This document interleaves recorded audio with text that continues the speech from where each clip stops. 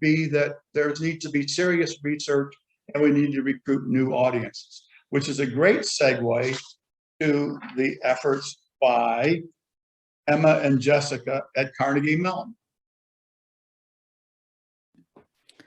All right. Hi, everybody. I'm Jessica Benner. Thank you, David. And I'm here with my colleague, Emma, who will speak in a couple more slides. And we're at Carnegie Mellon University Libraries. But the main thing we're going to tell you about today is a project that we started that was looking at the role of libraries in geography and GIS education. I will take 1 minute to tell a little bit about some of the stuff that we do.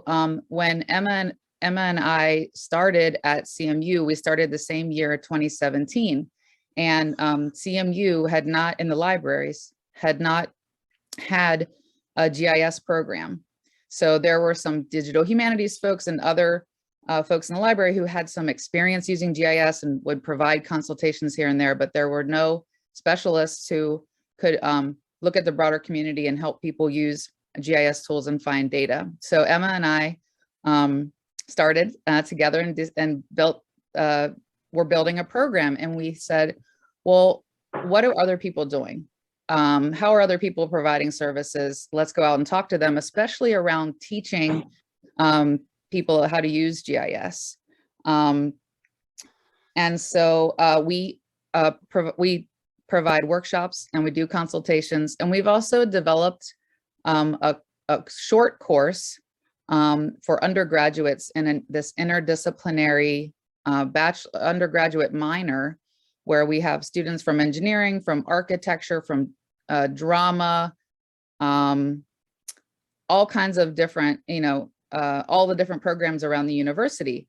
And so we've designed this course that actually uses story maps to introduce them, so they to mainly data and a little bit of analysis in order for them to start to understand how they might use these tools in their own discipline and in their own work. So that's some stuff that we've done. We do have a site license for Esri, but it is managed by our policy school, so it's not managed in the library. So that's just a little bit about our program. And so what this role of libraries in geography and GIS education was about is we wanted to have a series of conversations on different levels. We wanted to talk with people within the city and we're located in Pittsburgh, Pennsylvania. We wanted to talk to people around the city. We have a lovely data center. So we involved them in the conversation, and we wanted to have a national level conversation, talking with our peers all across, the US and beyond. And we also wanted to have a Pennsylvania level conversation. And the objectives of the project were to sort of try to bring people together into a research network or a affiliation network focused on GIS libraries and education. And we wanted to initiate a repository for reusable pedagogical materials, which we have started to do that. And there'll be a link later for you to get involved in the community and gain access to that link. And then we also wanted to get a general understanding of this landscape of informal spatial education. So in libraries, so Emma and I do teach a formal course, and some librarians do teach formal courses, but much of the education that happens in libraries is informal. It's workshops, it's one-on-one consultations, maybe it's a couple day long workshop. The way that those materials get prepared and the level of prerequisites and other kinds of knowledge that people come in with is different and sometimes much less understood than in a formal course or formal curriculum. So next slide, please. And we did receive some funding for our project as a seed project from the National Center for Research in Geography Education. So this is just a quick timeline of what how the project has gone. We had a local conversation, again, with all of these local players in Pittsburgh in early 2020. We did hold a couple sessions, I guess 2 years ago at AAG, where we had librarians presenting about, spatial education and what they're doing. And then that sort of spawned into a series of weekly weekly meetings for a month, 2 times on Thursdays. And then this has really spawned out into this really wonderful community of practice, which includes, people in libraries, teaching with MAPS, teaching GIS, meeting once a month. And we've done that for a little over a year now, meeting every third Thursday. We would love you to come join us. You can get the link here underneath, come join us to our groups.io GeoLibraries page. This is where you can get connected with us and get information on all the different things that are happening. If you wanted to read more about, the detailed findings, Emma's going to give us a little bit of information here in a minute.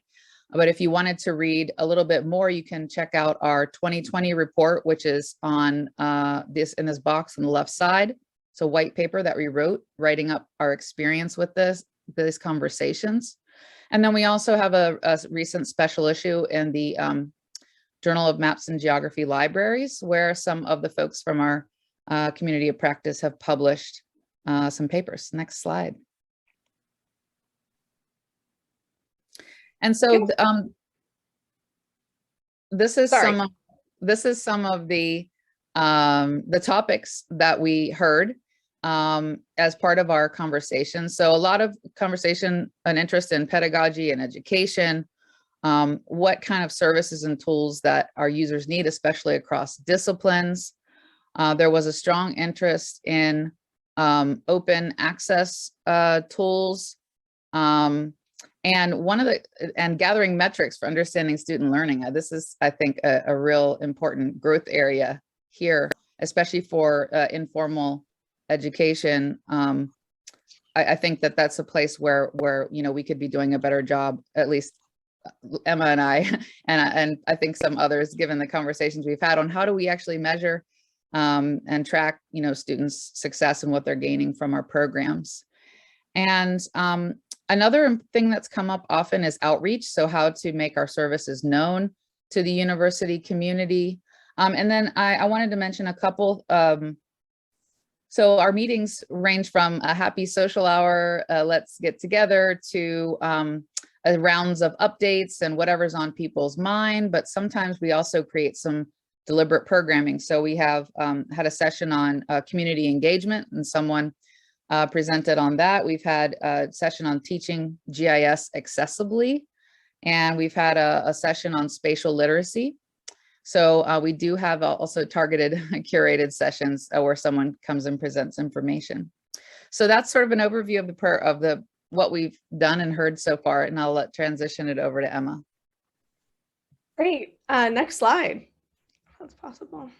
Yeah, so as Jessica overviewed, a lot of the issues that we have as a community seem to delve around both determining theoretical approaches to what we need to know about our community and how to better engage across what is the GIS we're supposed to be teaching. But many of the concerns that are brought up by our group as individuals or people working together at different institutions is the practical everyday runnings of a GIS program or map library program within our various types of institutions, within large institutions with a geography department, or as David mentioned, an institution like Jessica and mine, which has a slightly smaller support, but also lacks a geography department, but still has a keen interest and need to engage with map making. To that end, a lot of our discussions also go towards better understanding the disciplinary needs of our users.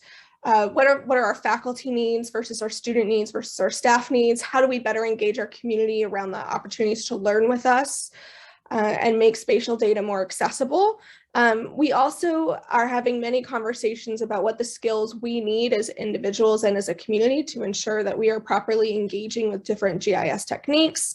For example, using the great option of story maps as an education tool, and then being able to effectively communicate our services out through our different constituencies. As Jessica mentioned, we need metrics, but we also need a way to get those metrics, which is to actually promote our services, which is something that opportunities to teach GIS and geography in third spaces find difficult to promote. Next slide. But we also need to discuss very in depth the teaching environment that we work in, where many of us are engaging in a short ephemera options for learning, which is why promotion can often be hard for us as well, where we engage in short workshops, guest lectures, shorter courses, either taught through the libraries or through an additional department with its own disciplinary context. And as such, as a community, when we are talking about what a shared definition of spatial literacy might mean for us to share across not only disciplinary boundaries, but across different formats of learning, and how do we deal with people with different experiences levels coming to us to serve these needs. Next slide. So finally, we hope you join us as a group to talk about what are the existing guidelines for teaching geography and GIS in informal settings and formal settings at universities, and how we can better support our students being able to grasp what it is about map making they need to know. We also need to determine how we can, as a group, have more of a shared language in our pedagogy so that we have a shared stream for that critical thought. And we have recently developed an OSF page with the role group and with the another group from a different sector to share our pedagogy out with the community as well. And many GEO educators in libraries are engaged in solo work with small departments. So how can we also broaden out that community so people have a sounding board for their issues, which they can bring to role, as Jessica mentioned. So with that, I think I've gone slightly over time, but I appreciate your patience, and hopefully we can get some good discussion out this morning. And I look forward to hearing from the other panelists. Thank you. Great, thank you.